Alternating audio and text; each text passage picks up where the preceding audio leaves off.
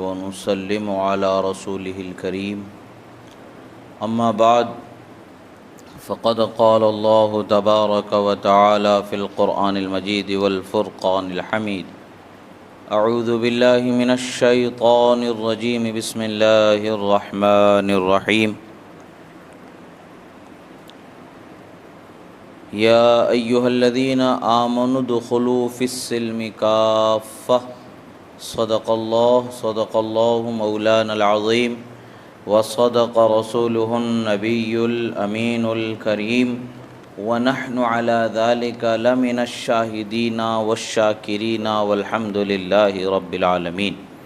ایک مرتبہ درود شریف پڑھ لیں۔ اللہم صل علی سیدنا نبینا مولانا محمد عدد ما فی علم اللہ صلاة دائمة بدوام ملک اللہ وعلی آلہ واصحابہ اجمعین۔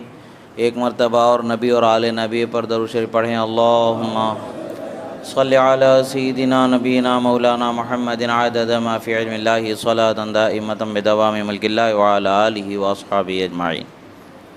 اللہ رب العزت کا بے پناہ شکر و احسان کہ اللہ رب العزت نے ہمیں اہل اسلام اہل ایمان بنایا، اس کی وحدانیت کا اقرار کرنے والا، اس کی کتابوں پر ایمان رکھنے والا، اس کے رسولوں پر ایمان رکھنے والا، اس کے کلام پر زندگی گزارنے کی تمنا رکھنے والا، ایک سچا مسلمان بنا کر کے اللہ نے ہمیں پیدا فرمایا، یہ اللہ کا بے پناہ شکر اور احسان ہے۔ اللہ تبارک و تعالیٰ نے ہمیں یہ بہت بڑی نعمت، بہت بڑی عظمت عطا فرمائی ہے۔ یہ نعمت، یہ عظمت ایسی ہے کہ ہمیں اللہ کی حقیقی رحمت، اللہ کے بارگاہ میں حقیقی کامیابی سے ہمکنار کرنے والی ایمان اور اطاعت خدا و رسول جو اللہ تعالیٰ نے ہمیں بخشی، یہ اللہ کی بہت بڑی نعمت ہے۔ اس نعمت کے ملنے پر ہم تا دم زیست اگر اللہ کی بارگاہ میں شکر گزار رہیں تب بھی اس نعمت کا حق ادا نہ ہوگا، حق شکر ادا نہ ہوگا، مگر اللہ نے ہمیں فرمایا کہ اگر تم میرا شکر گزار بن جاؤ، میرا شکر کرو گے تو میں تمہیں نعمتوں میں مزید نعمتوں کا اضافہ کروں گا، مزید نعمتیں عطا کروں گا، اور اگر ناشکری کرو گے تو جان لو کہ اللہ کا عذاب سخت ہے اور اللہ تعالیٰ سخت عذاب دینے پر قادر ہے۔ بے شک اللہ تعالیٰ عذاب بھی دے سکتا ہے، وہ قدرت والا مالک و پروردگار ہے، چاہے تو رحم فرما کر کے ہمیں رحمت اور آسانی عطا فرما دے۔ اللہ تعالیٰ نے ہمیں یہ نعمت دی ہے اسلام کی، تو اس نعمت کو بچائے رکھنے کی ضرورت ہے۔ اللہ نے ہمیں سنتوں کے ادا کرنے کی توفیق بخشی ہے، تو اس نعمت کو سنبھالے رکھنے کی ضرورت ہے۔ رسول خدا صلی اللہ تعالیٰ علیہ وسلم کی محبت بخشی ہے، تو اس نعمت کو سنبھالنے کی ضرورت ہے۔ جان لو کہ رسول اللہ صلی اللہ تعالیٰ علیہ وسلم کی ذات کو اللہ تبارک و تعالیٰ نے ایسا بنایا، وَمَا كَانَ اللَّهُ لِيُعَذِّبَهُمْ وَأَنْتَ فِيهِمْ، اللہ نے فرمایا کہ اے میرے حبیب، اللہ کو یہ شیوا نہیں دیتا کہ آپ ان میں موجود ہوں اور ان لوگوں پر عذاب نازل کیا جائے۔ یعنی وجود مصطفیٰ صلی اللہ تعالیٰ علیہ وسلم ہمارے لیے اللہ کے عذاب سے بچنے کی ضمانت اور امان ہے، رسول اللہ صلی اللہ تعالیٰ علیہ وسلم کا وجود۔ اب ظاہر سی بات ہے، آخر مومن مسلمان جنت میں ہی جائیں گے، جہنم سے کیوں؟ اس کے ہمیشہ ہمیشہ عذاب سے بچائے جائیں گے۔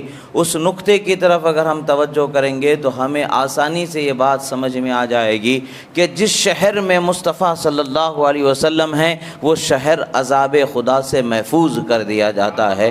جس ملک میں رسول اللہ صلی اللہ تعالیٰ علیہ وسلم کا وجود ہے وہ ملک عذاب خدا سے محفوظ ہو جاتا ہے۔ جس عالم میں ان کی ذات مبارکہ کا وجود ہے وہ ذات مبارکہ کے وجود کی برکت سے وہ عالم رحمت والا ہو جاتا ہے۔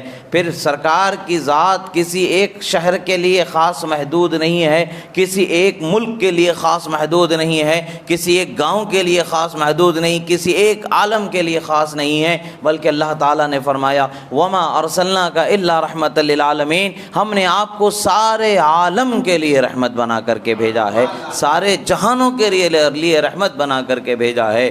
ظاہر سی بات ہے تمام جہانوں میں اگر اللہ کا قہر و غضب نازل نہیں ہو رہا ہے وہ مصطفیٰ پیارے صلی اللہ علیہ وسلم کی برکت ہے، اور ان جہانوں میں ایک جہان جہان دل ہے جو اللہ نے ہمیں بخشا ہے، ایک انسان کا دل ہے جو اللہ نے بخشا ہے۔ جب اس دل میں اس کے حبیب کی محبت سما جاتی ہے، جب رسول اللہ کی محبت بس جاتی ہے تو اللہ کے عذاب سے امان اسے میسر آ جاتی ہے۔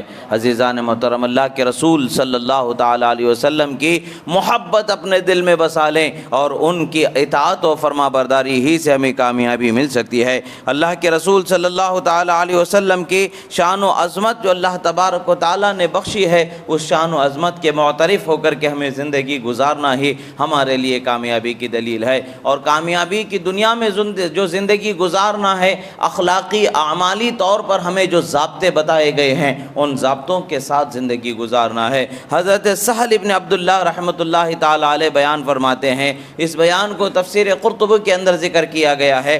تفسیر قرطبی میں اس کا ذکر ہے کہ النجات فی الثلاثہ، فرمایا کہ نجات تین چیزوں میں اللہ تعالیٰ نے پوشیدہ رکھی ہے۔ کامیابی جو آخرت کی نجات ہے وہ کس میں پوشیدہ ہے؟ فرمایا گیا تین چیزوں میں اللہ تبارک و تعالیٰ نے نجات کو پوشیدہ فرمایا ہے۔ الاکل الحلال، فرمایا کہ حلال رزق کھانے میں نجات کو اللہ تعالیٰ نے پوشیدہ فرما دیا ہے۔ یہ حلال رزق بہت بڑی نعمت ہے۔ یہ حلال رزق جس کو میسر آ جاتا ہے وہ اللہ تعالیٰ کی بارگاہ میں رحمت والا بندہ ہوتا ہے۔ یہ رحمت والا بندہ ہے تبھی تو اسے حلال روزی میسر آ رہی ہے۔ آج حلال روزی کی طرف جستجو کرنا ہم بہت کوتاہی کرتے ہیں، حلال روزی کی طرف ہمارے قدم بڑھنے سے ہم اپنے آپ کو روک لیتے ہیں، قدم بڑھتے نہیں ہیں۔ اور جو آسانی سے حلال و حرام کی تمیز کے بغیر ہمیں میسر آ جائے اس کے حصول اور اکتساب میں ہم اس قدر کوشاں ہیں کہ جس کا کوئی بیان ہماری زبان و فکر سے ہو ہی نہیں سکتا ہے۔ عزیزو، دو لقمے صحیح مگر حلال کے مل جائیں یہی اللہ تعالیٰ کی بارگاہ میں نجات ہے۔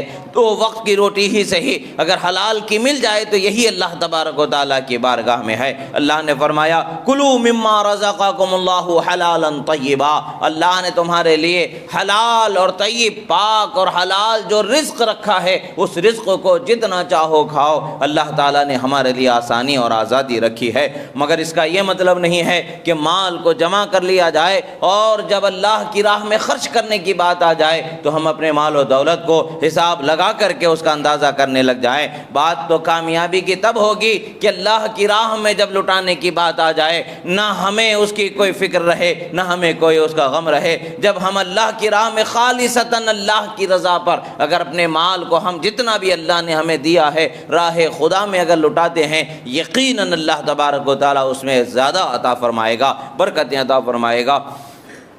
دنیا والوں نے دیکھا کہ حضرت عثمان غنی رضی اللہ تعالیٰ عنہ نے رسول اللہ صلی اللہ تعالیٰ علیہ وسلم کے دین کے لیے، آپ کی امت کی آسانی کے لیے اپنے مال کا اتنا قربانی کیا، اتنا قربانی کیا ہے، اپنے مال کو اتنا لٹایا ہے اللہ کی راہ میں کہ جس کا تصور ہی عام انسان کے ذہن و فکر میں ممکن نہیں ہے۔ باوجود اس کے نہ آپ کا مال کم ہوا ہے، نہ آپ کی شان گھٹائی گئی ہے، نہ آپ کا مرتبہ گھٹایا گیا ہے۔ پتہ یہی چلتا ہے اللہ کی راہ میں جو مال لٹایا جاتا ہے، اللہ کی راہ میں جو خرچ کیا جاتا ہے اور جو حلال طریقے سے کمانے کی کوشش کرتا ہے، اللہ تعالیٰ نہ اس کی عزت میں کمی فرماتا ہے، نہ اس کے مال میں کمی فرماتا ہے، نہ اس کے رزق میں کمی فرماتا ہے، بلکہ تو یہ فرمایا گیا ہے کہ جس طریقے سے انسان موت سے بھاگ کر کے بھی اپنے آپ کو موت سے پیچھا چھڑا نہیں سکتا، اسی طریقے سے رزق حلال جو اللہ اسے دینا چاہتا ہے وہ رزق سے وہ جتنا دور بھاگ لے وہ رزق اس کے پاس پہنچ کر ہی رہتا ہے۔ جیسے موت انسان کو پہنچ کر کے ہی رہتی ہے ویسے رزق بھی اس کا اس کے پاس ضرور پہنچ کر ہی رہتا ہے۔ اللہ تبارک و تعالیٰ بے شک طاقت و قوت والا ہے، وہی رزاق ہے، وہی رزق دینے والا ہے، وہی شان والا ہے، وہی قدرت والا ہے۔ بندے کے لیے ذمہ یہی ہے کہ حلال کی جستجو کی جائے، اور حلال کی جستجو میں اللہ نے نجات کو پنہا رکھا ہے۔ اور پھر فرمایا وَأَدَاءُ الْفَرَائِضِ کہا گیا، یعنی فرائض کو اپنے اپنے وقتوں پر ادا کرنا یہ انسان کے لیے سب سے بڑی کامیابی ہے۔ عقل حلال ہونا اور فرائض کی ادائیگی اپنے اپنے وقت پر ہونا، جس طریقے سے جو چیز کا فرض ہو جائے اس چیز کے اس فرض ہونے کے فوراً بعد اس کو ادا کر لیا جائے، جیسے نماز ادا کرنا ہے، جیسے روزے رکھنا ہے، جیسے زکوٰۃ ادا کرنا ہے، جیسے حج کرنا ہے، جس طریقے سے اللہ تبارک و تعالیٰ نے جس پر جو چیز کو فرض فرمایا ہے اس چیز کو، اس فرض کو اس کے وقت پر ادا کرنا، یہ ہمارے لیے نجات کی سب سے بڑی اہم ضرورت ہے۔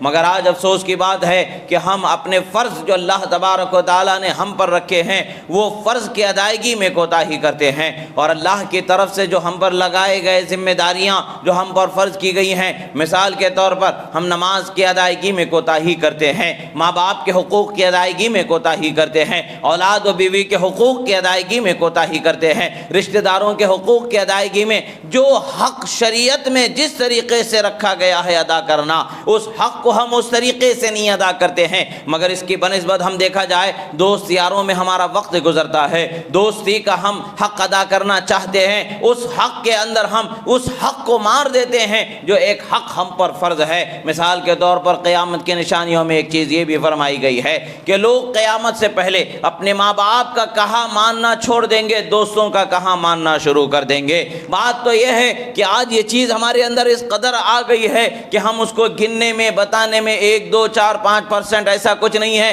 بلکہ عام عادت لوگوں کی یہ بنتی جا رہی ہے کہ ماں باپ کی باتوں سے بے تکلفی، بے توجہی کرنا اور دوستوں یاروں کی باتوں کا خیال کرنا اور ان کی ذمہ داریوں کو اپنی ذمہ داری سمجھنا، یہ لوگوں کا مزاج بنتا چلا جا رہا ہے۔ ماں باپ 1 سے 2 مرتبہ اگر کوئی بات بتا دیں تو ہمیں گوارا نہیں گزرتی ہے، مگر دوست یار 100 مرتبہ ہم کو بولیں وہ چیز ہمارے لیے گوارا ہوتی ہے۔ ماں باپ کے حقوق کی ادائیگی کرتے وقت پر ہمیں یہ لگتا ہے کہ آخر کتنا ہم تمہارا حق ادا کریں، کتنا ہم تمہاری خدمت کریں، مگر وہی جب کسی دوست کی خدمت کی بات آ جاتی ہے، کسی دوست کے ساتھ دینے کی بات آ جاتی ہے، جان کھپا دی جاتی ہے، اس کو پورا کر دیا جاتا ہے۔ افسوس کی بات یہی ہے کہ ہم نے جو فرض ہم کو جس طرح سے ادا کرنا تھا اس فرض کو ہم اس طریقے سے ادا کیے بغیر اپنی مرضی سے زندگی جینا شروع کر چکے ہیں۔ یہی وجہ ہے کہ آج ہم سب سے زیادہ پریشان قوم نظر آ رہے ہیں۔ جس دن بھی مسلمان قوم اپنے آپ کو بدلنے کا ارادہ کر لے اور رسول کائنات صلی اللہ تعالی علیہ وسلم کی محبت میں ان کے طریقے پر اپنے آپ کو بدلنے کی کوشش کرے، یقیناً کامیاب ہو جائے گی۔ حضرت سہل ابن عبداللہ رضی اللہ تعالیٰ عنہ فرماتے ہیں تیسری جو اہم چیز ہے والاقتداء بالنبی صلی اللہ تعالی علیہ وسلم، فرماتے ہیں نبی صلی اللہ تعالی علیہ وسلم کے طریقے پر چلنا۔ رسول اللہ صلی اللہ تعالی علیہ وسلم نے فرمایا سب سے بہترین راستہ میرا راستہ ہے، یعنی رسول اللہ کی سنتوں کا راستہ ہے۔ عزیزو، آج ہماری زندگی کیسے گزر رہی ہے، ہمیں اپنی زندگی کا محاسبہ کرنے کی ضرورت ہے۔ آج ہمارے جو فرض ہیں، جو ذمہ داریاں ہیں، ہم ان فرض و ذمہ داریوں کو کس طریقے سے پورا کر پا رہے ہیں یا نہیں کر پا رہے ہیں، اس کا حساب لگانے کی ضرورت ہے۔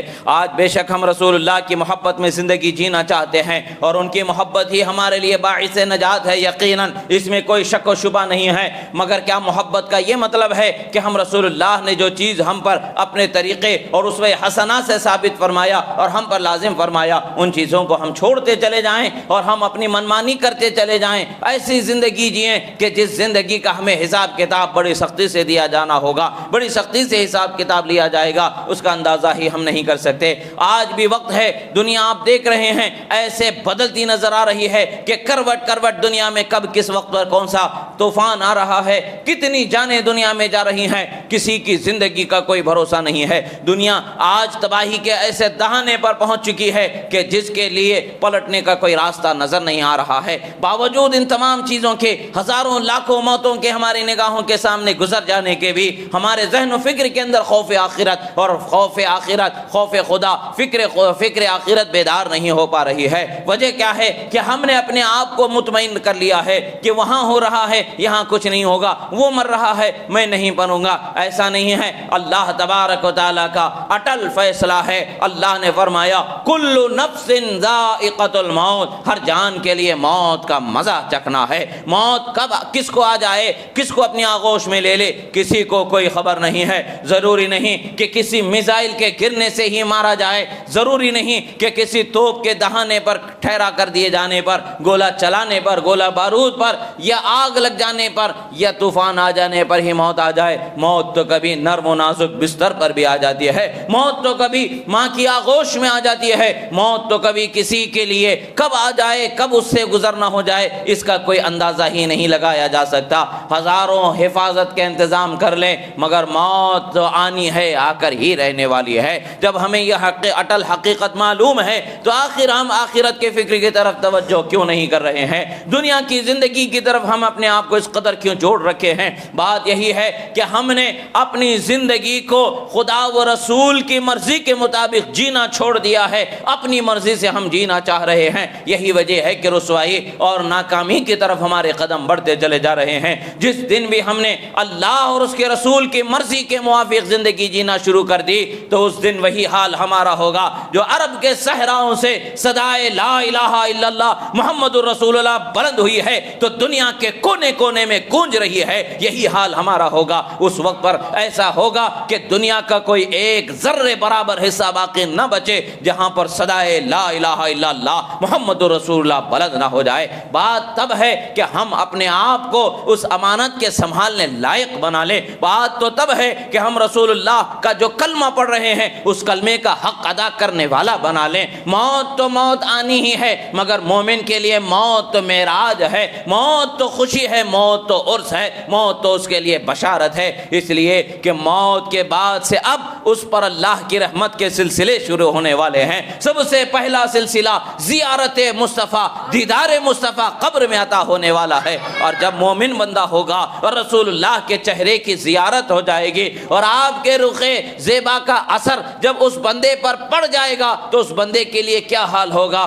کس قدر اس کے لیے عید و سرور کا وقت ہوگا اندازہ ہی نہیں لگایا جا سکتا۔ ہمیں اس دن کی تیاری کرنا ہے جس دن ہمیں حقیقت میں رحمتوں کو اپنے آپ کو حاصل کرنا ہے، اس دن کی فکر کرنا ہے جس دن ہمیں سہارے اور شفاعت کی ضرورت ہے۔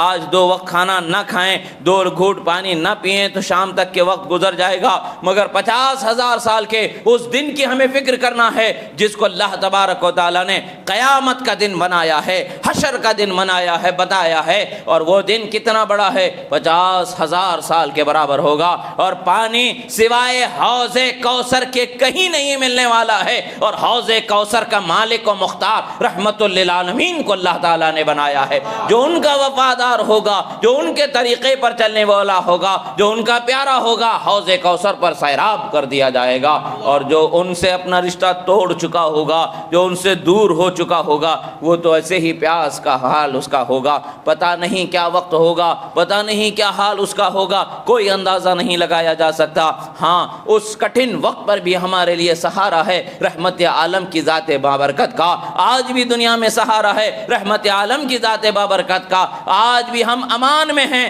تو وہ محبت مصطفیٰ کا صدقہ ہے، جو امان ہیں، زندہ ہیں، انہی کا صدقہ ہے، مر جائیں انہی کا صدقہ ہے، غازی ہو جائیں انہی کا صدقہ ہے، شہید ہو جائیں انہی کا صدقہ ہے، انہی کے صدقے میں سب کچھ اللہ تعالیٰ نے ہمیں زندگی بخشی ہے۔ جب اس حقیقت کو ہم سمجھ جائیں گے اور تصور میں اور صحیح معنوں میں حقیقت میں ہم جب اسے تسلیم کر کے اسلامی زندگی جینا شروع کر دیں گے، یقیناً زمین و آسمان ایک ایسے بدلتے ہوئے طوفان کو دیکھیں گے جس کا اندازہ نہیں لگایا جا سکتا۔ عزیزو، اپنے آپ کو بدلنے کی کوشش کریں، رحمت للعالمین کے نقش قدم پر چلنے کی کوشش کریں، اپنی فکر کو، اپنی سوچ کو اللہ اور اس کے رسول صلی اللہ تعالیٰ علیہ وسلم کی طریقے کے مطابق ڈھالنے کی کوشش کریں، کامیابی اللہ تعالیٰ عطا فرمائے گا۔ رسول اللہ صلی اللہ تعالیٰ علیہ وسلم فرماتے ہیں، حضرت جریر ابن عبداللہ رضی اللہ تعالیٰ عنہ بیان کرتے ہیں کہ رسول اللہ صلی اللہ تعالیٰ علیہ وسلم سے جب میں نے بیعت کی تھی تو رسول اللہ صلی اللہ تعالیٰ علیہ وسلم نے جو مجھ سے بیعت لی تھی وہ کن چیزوں پر بیعت لی تھی؟ رسول اللہ صلی اللہ تعالیٰ علیہ وسلم نے نماز قائم کرنے پر مجھ سے بیعت لی، زکوٰۃ ادا کرنے کے لیے مجھ سے بیعت لی، ہر مسلمان کی خیر خواہی کرنے کی مجھ سے بیعت لی۔ رسول اللہ صلی اللہ تعالیٰ علیہ وسلم نے نماز قائم کرنا اور زکوٰۃ ادا کرنا، ہر مسلمان کے کے ساتھ بھلائی کرنے کا یہ وعدہ رسول اللہ صلی اللہ علیہ وسلم نے ان سے لیا۔ پتہ چلتا ہے کہ کسی مسلمان کے ساتھ بھلائی کرنا یہ ایسی چیز ہے کہ جس کا وعدہ رسول اللہ صلی اللہ تعالی علیہ وسلم لیا کرتے ہیں۔ اور آج ہمارے حال کیسے ہیں؟ ہم بھلائی کرنا تو بہت دور کی بات ہے، کب کس طرح سے کسی کے پیٹھ کے پیچھے اتنا بڑا گڈھا کھودنے کا ہمیں موقع مل جائے کہ وہ اس میں گر جائے، دفن ہو جائے، تو ایسا کوئی موقع ہم اپنے ہاتھ سے جانے نہیں دے رہے ہیں۔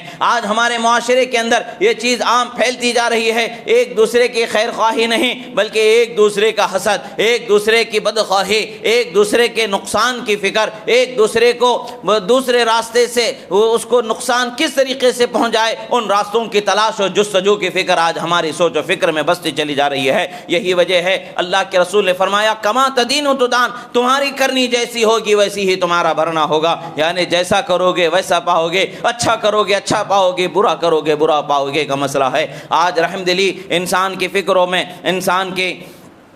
انسان کے دلوں میں آج رحم دلی کی ایک صفت ایسی صفت ہے جو رسول اللہ صلی اللہ تعالی علیہ وسلم کی صفت خاصہ میں سے ہے۔ رحم دلی کرنا رسول اللہ کی خاص صفتوں میں سے ہے۔ مومنوں کو جب وہ صفت عطا کی جاتی ہے، جب مومن کو وہ صفت مل جاتی ہے تو اس کے متعلق سے ہے المعجم الکبیر للطبرانی کے اندر ایک حدیث مبارکہ روایت کی گئی ہے۔ رسول اللہ صلی اللہ تعالی علیہ وسلم ارشاد فرماتے ہیں جب اللہ تعالیٰ کسی بندے کے ساتھ بھلائی کرنے کا ارادہ فرماتا ہے تو اس بندے کے دل میں رحم دلی کو اللہ تعالیٰ ڈال دیتا ہے، اسے رحم دل بنا دیا جاتا ہے۔ اور آج رحم دلی کے آج ہمارے پاس کوئی شائبہ نظر نہیں آ رہا ہے۔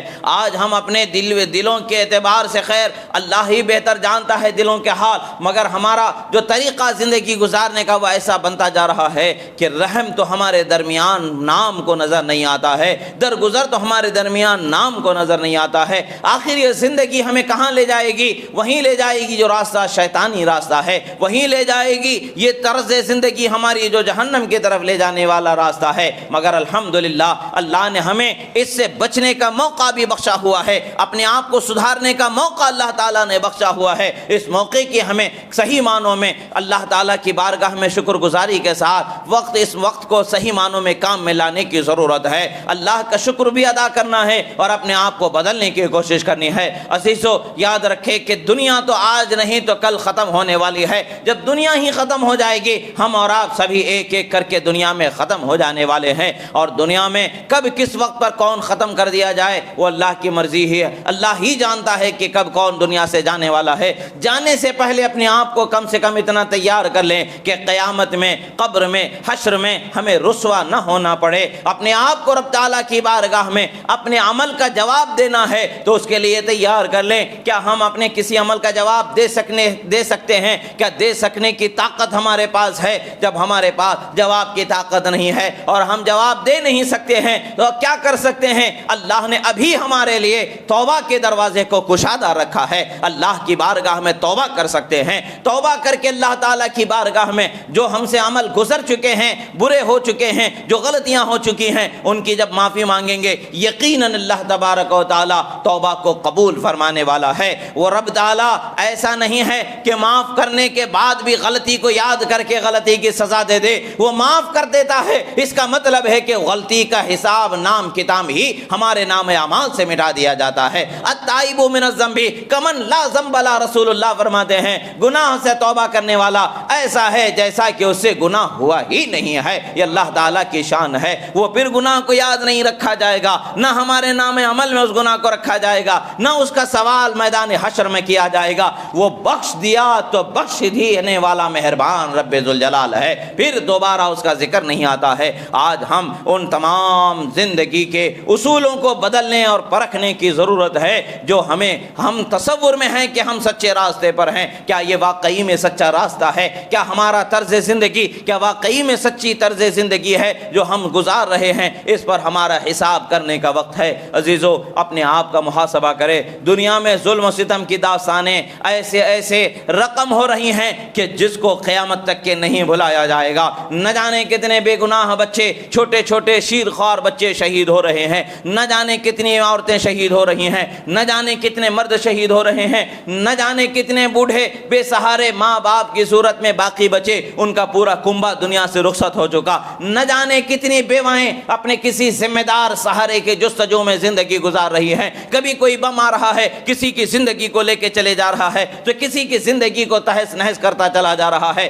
مگر پھر بھی ان بندوں کے حوصلے اور صبر کو داد دینا پڑتا ہے، پھر بھی وہ اللہ تعالیٰ کی بارگاہ میں شکر گزار بنتے نظر آتے ہیں۔ اور جب ان سے پوچھا جاتا ہے یہی کہتے ہیں اللہ جس حال میں رکھے اللہ کا شکر ہے، اللہ نے ہمیں بہترین زندگی عطا فرمائی ہے۔ اور آج ہماری زندگی گزارنے کا مزاج دیکھیں کہ ہمیں سب کچھ ہو کر کے بھی، سب کچھ مل کر کے بھی ہم شکر گزار بندے نہیں بن پا رہے ہیں۔ کس فائدے کی ہماری ایسی زندگی کہ ہم اللہ کی بارگاہ میں شکر گزار بھی نہ بن جائیں؟ کس فائدے کی ہماری یہ زندگی کہ ہم اللہ کی بارگاہ میں توبہ کرنے والا بندہ بھی نہ بن کر کے زندگی گزاریں؟ یاد رکھیں کہ توبہ کرنے والا بندہ اللہ تعالیٰ کی بارگاہ میں کامیاب ہونے والا بندہ ہوتا ہے، شکر گزار بندہ اللہ کی بارگاہ میں کامیاب ہونے والا بندہ ہوتا ہے۔ رسول اللہ صلی اللہ تعالیٰ علیہ وسلم کو اللہ تعالیٰ نے بے گناہ بنایا ہے، معصوم عن الخطا بنایا ہے۔ انسانوں میں انبیاء کے سوا کوئی معصوم عن الخطا نہیں ہوتا ہے، یعنی ان سے گناہ ہو ہی نہیں سکتا ہے، ان سے جب گناہ ہو ہی نہیں سکتا ہے،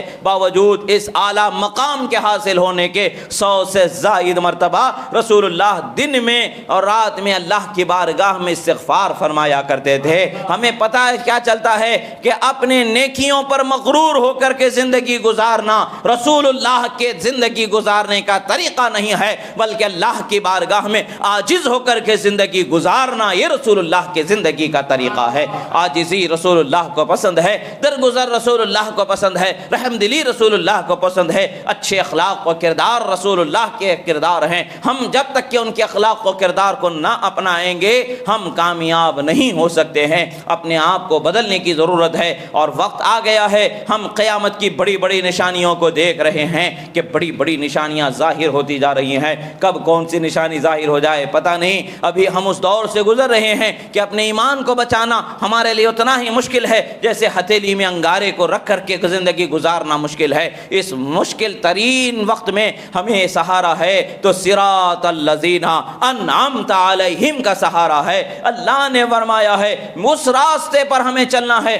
جس راستے کے چلنے والوں پر اللہ نے انعام فرمایا ہے۔ اولیاء صالحین کے ساتھ ہماری زندگی ہونی ہے، اولیاء صالحین سے اپنے آپ کو جوڑ لینا ہے، یہی ہماری کامیابی کی دلیل ہے۔ ہمیں دیکھنا ہے کہ کیا ہم غوث اعظم کے طریقے پر ہیں۔ اگر ہم غوث اعظم کے بتائے ہوئے اصول پر زندگی گزار رہے ہیں تو یقیناً ہم کامیابی سے ہمکنار ہو جائیں گے۔ حضرت پیران پیر غوث اعظم دستگیر رضی اللہ تعالیٰ عنہ فرماتے ہیں اقسم مال الدنیا فی طریق الحلال ولکن ضعه علی کفک لا فی صمیم قلبک۔ فرماتے ہیں دنیا کو حلال طریقے سے ضرور حاصل کرو، مگر دنیا کو صرف ہتھیلی تک رکھنا، دنیا کی محبت کو، دولت کی محبت کو ہتھیلی سے بڑھ کر کے دل میں نہ آنے دینا۔ یاد رکھو کہ جب دنیا کی محبت، دولت کی محبت دل میں آ جائے گی تو تمہارا پورا وجود بربادی کی طرف بڑھنے لگ جائے گا۔ ہاں ہتھیلی تک ہے تو ہتھیلی میں آنے والا، ہاتھ میں آنے والا کوئی بھی معاملہ، کوئی بھی چیز کبھی محفوظ بھی رہتا ہے، کبھی پھسل بھی جاتا ہے، وہ آئے جائے اس سے فرق نہیں پڑتا ہے، مگر دل بگڑ جائے تو بہت بڑا فرق آ جاتا ہے۔ یعنی دنیا کو ضرورت پر حاصل کرو، حلال طریقے سے دنیا کو حاصل کرو، مگر دنیا کی چاہت و محبت اپنے دل میں نہ بساؤ۔ یہ ہمارے بزرگوں کا طریقہ ہے، ہمیں اسی طریقے پر زندگی گزارنا ہے تاکہ ہمیں کامیابی سے ہمکنار ہونا ہے۔ دنیا میں کوئی بھی دولت کمانے والا، بڑے بڑے دولت کے دعوے دار، بڑے بڑے بادشاہان جن کے نہ جانے کتنی دولتیں دنیا میں آج بھی زمینوں میں چھپی دفن ہیں، ہمیں اس کا اندازہ نہیں۔ یہ سب کچھ ہونے کے باوجود وہی آج دنیا میں ایسے ہیں کہ جن کے وجود کو کوئی نہیں جانتا ہے، مر چکے ہیں، ان کا کوئی وجود باقی نہیں بچا ہے۔ کسی نے دعوے بڑے بڑے کیے، ان تمام دعووں کے باوجود نہ ان کی دولت ان کے کام آئی، نہ ان کی شہرت ان کے کام آئی، نہ ان کی حکومت ان کے کام آئی، کچھ کسی کے کام نہیں آیا۔ اور ہاں ہم دیکھتے ہیں اس زمانے سے، آدم علیہ نبینا وعلیہ الصلاۃ والسلام کے زمانے سے اور ہمارے نبی تک کے زمانے کو ہم دیکھتے ہیں کہ ہر نبی کو اللہ تعالیٰ نے بے شک شان و قدرت والا بنایا، مقام و مرتبے والا بنایا، مگر دنیا کا طلبگار نہیں بنایا، دنیا کی ہوس رکھنے والا نہیں بنایا، دنیا کی دولت کو دل میں بسانے والا نہیں بنایا۔ اللہ کی جو زندگی اللہ کی بارگاہ میں گزاری جاتی ہے وہ عاجزانہ اور فقیرانہ زندگی کو انہوں نے پسند فرمایا اور اسی شان سے زندگی گزاری، اور آج بھی ان کا نام دنیا میں باقی ہے اور کل قیامت تک کہ ان کا نام دنیا میں باقی رہے گا۔ آج بھی ان کا کلمہ پڑھنے والا دنیا میں کامیاب ہوگا، کل بھی دنیا کلمہ پڑھنے والا ان کا رسول اللہ کا دنیا میں اور آخرت میں کامیاب ہو جائے گا۔ کامیابی خدا و رسول کی اطاعت و فرما برداری پر ہے، حلال کے کمانے میں، حلال کے حاصل کرنے میں کامیابی ہے، اور اللہ کے جو فرض ہم پر ہیں عبادتوں کے لحاظ سے، اخلاقی اعتبار سے، اور بھی جو ہمارے خاندانی، معاشی اور رشتہ داروں کے حقوق کی ادائیگی کے اعتبار سے جو چیزیں ہم پر فرض ہیں، ضروری ہیں، ان فرائض کو جب ہم ادا کریں گے تب کامیاب ہو جائیں گے۔ اللہ تبارک و تعالیٰ سے دعا ہے، کہا گیا سنا گیا جو کچھ ہے مولا اس میں غلطی اسے معاف فرما، پروردگار جو صحیح و درست کہا گیا اسے قبول فرما اور ہمارے سینوں میں محفوظ فرما، اور ہمیں کسب حلال کی توفیق عطا فرما،